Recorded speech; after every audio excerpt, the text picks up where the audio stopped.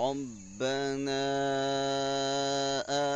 آتنا في الدنيا حسنة وفي الآخرة حسنة وقنا عذاب النار. اللهم أعنا على ذكرك وشكرك وحسن عبادتك.